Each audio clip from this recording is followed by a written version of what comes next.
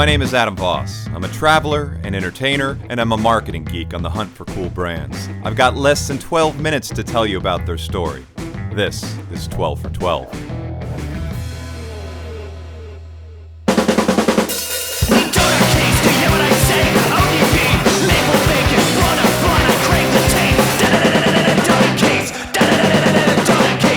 I've just been having these crazy dreams lately. It was the voodoo guy, and he was dancing around. He had a hat and bones and everything. VooDoo Doughnut, it's probably be like just what the doctor ordered. They say there are no coincidences, Joe. There's like two.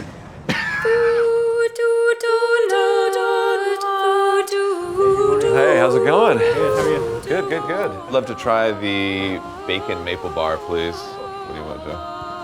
Could I try a voodoo doll? The Captain Crunch donut looks pretty interesting. The loop looks pretty interesting. This will probably cure your nightmares. Oh. There's blood inside. There is blood inside. That's not raspberry, is it? Or is it real blood? Here, It's salty, yeah, it's bloody. some bacon. So this is probably about 1,900 calories. I don't think in terms of numbers, just enjoy life. Cheers. Cheers. Founded in 2003, VooDoo Doughnut quickly went from being a symbol of Portland's quirkiness to a must-see international tourist destination. Now with 8 locations and more on the way, VooDoo is becoming known for having the world's most unique and Instagrammable donuts. Joe and I met with former mayoral candidate and VooDoo Doughnut Baron and co-founder Trace Shannon. While walking through the neighborhood, we quickly realized why they call him the mayor of Old Town. My business partner, Cat Daddy, and I started this on, it'll be 16 years this May. Why donuts? In Portland, Oregon, there had never been a donut shop in downtown Portland, ever. There's donut shops in Portland, but not in downtown. And we used to just be 750 square feet, 500 square foot kitchen and a 200 square foot lobby, which would fit about 10 people in the lobby, which is part of the whole line, because since you can only fit 10 people in the lobby, if we had 20 people, we'd have 10 people in line, and that sort of started the whole line phenomena, maybe. How many cooks did you have in the kitchen at that point? It was Cat Daddy and I at first. We opened from 10 p.m. until 10 a.m., which got a lot of press. That was maybe right off the bat was one of the things about there's this wacky new donut shop in Portland, and they're open from 10 p.m. to 10 a.m. So after 5 years, we opened up VooDoo 2, which relieved a lot of the pressure here. VooDoo 2, located on Portland's east side, opened in 2008. The same year, Mayor Tom Potter pronounced the VooDoo Portland Cream Portland's official city donut.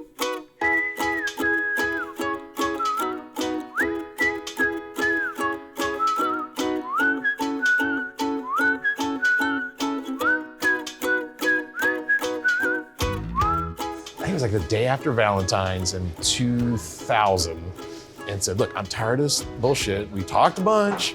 Let's do it. Are you in? You and me, in business. And we shook hands right there. It wasn't until August that we actually came up with the idea. There's the famous story of the Sandy River. We went drunkenly down the Sandy River with 20 people in inner tubes, and then the epiphany of donuts. We were floating around on the river, and we drank about 9 billion beers. We decided on donuts. That's what we're gonna do a donut shop. And You were floating on donuts. we were floating on donuts. We really were, actually. And so we were like donuts. And then from there, we needed to figure out how to make donuts, because we knew that we had to make an awesome product that we could stand behind. So hence we went to LA and learned how to make donuts. Trace and Cat Daddy's crash course in donut making may have started in LA, but it was perfected in Portland with tons of trial, error, and tenacity. I mean, there were so many people who told us that it wouldn't work, including my wife and Trace's mom. Really? And the guy who lived upstairs was my favorite. The guy would stick his head through the door, never gonna open. Didn't even know what it was. He's like, never gonna open. And every day we'd wait for him to come by to make his comment. Man, opening day was that sense of relief. I was on top of the world. And just the fact that we pulled off getting open, I didn't know if it was gonna happen. You know, it was that insane. And that first night we made $350, and we were like psyched. It was just like $350, this is gonna be great. We ran out of donuts. Monday we made $7. And we were like, uh-oh. But then we kept doing our deal. A couple of crazy press releases there, a couple of crazy press releases there, all the while pumping out this donuts. I mean, we were sleeping on the floor sometimes because we would work 18, 19-hour shifts. I like to always tell people, like, how did you come up with these weird donuts? And a lot of them was just sheer exhaustion. Like, I mean, we would work all night, all day, and then we'd have to go to cash and carry the store to go get stuff and just kind of go up and down the aisles like zombies and just like, what about cereal? Let's put some Cheerios on a donut. Why not? It's a breakfast. Cat Daddy's the one that, like, one Friday night he popped up and he's like, I bought a pack of bacon. I'm gonna put some bacon in. We agonized of how to put the bacon. And it's like, let's just use one strip and make sure they go, don't put them this way, put them kind of this way. Argued about that for 2 seconds. And next thing you know, the bacon maple bar was invented.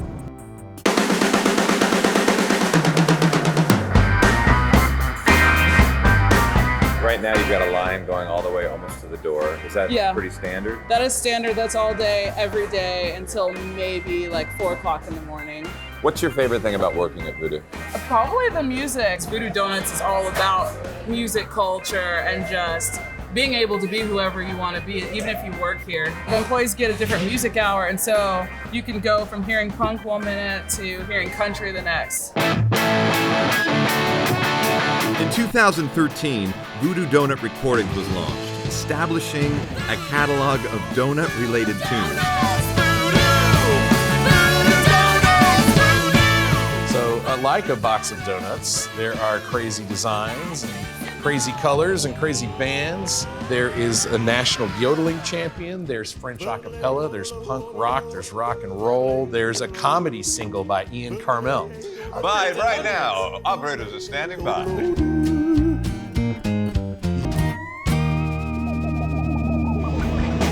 She took my donuts and left me alone.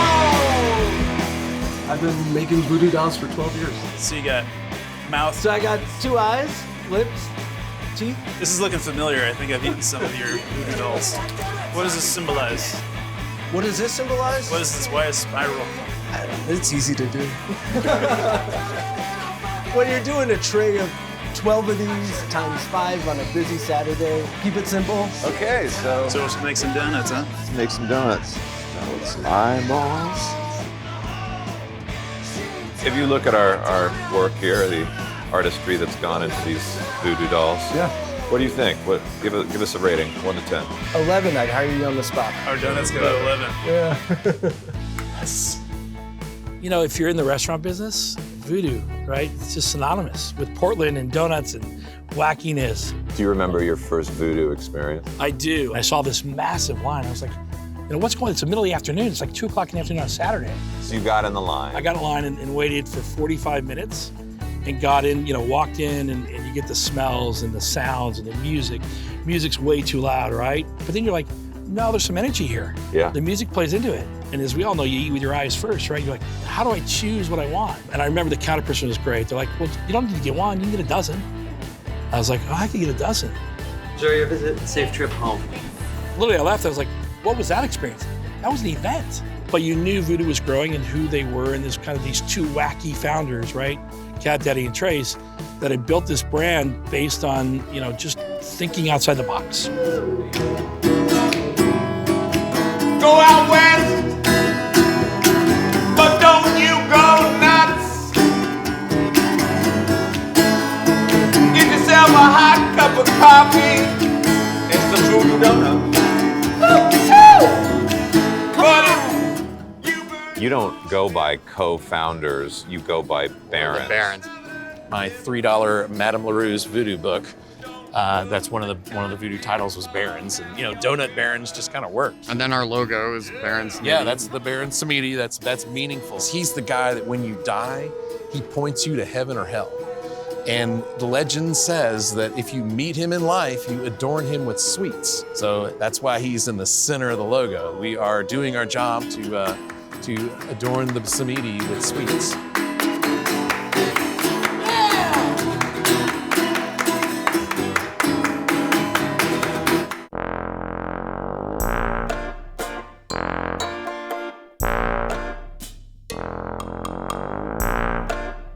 How much do you think mojo has had to play into your success, though? Lots. Truly. Oh, plenty. Yeah. There's good luck and bad luck, but we've had tremendous luck. We've been so lucky. It's And what we we've really done. do feel lucky and grateful. I mean, it is some weird thing that we actually concocted that worked. It actually worked. If you could look directly into that camera Yeah. and tell somebody that's never been to VooDoo Doughnut why they need to go, what would you say? It's an experience. It's a once-in-a-lifetime experience. You got to come see it. You got to come try it. It's worth the wait. Trace and Cat Daddy were just two normal guys that started an amazing donut enterprise. What could we do? We're smart. We have ideas. Buddha bagels. Buddha Buddha bagels. bagel. Buddha bagels. Kung Fu Kitchen. Shaolin Wolf. We could serve wolf pops. Quaker Shakes. Necromonic Comics. Area 52. Area 50 also. Protestant Peanuts. Book of the Dead store. It's bookshop. What about Voodoo Danish? Voodoo Danish. Voodoo Danish. Done.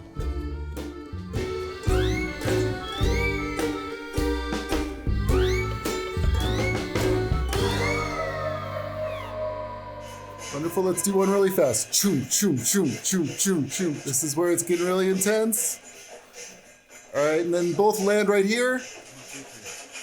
Oh. All right, let's cut it.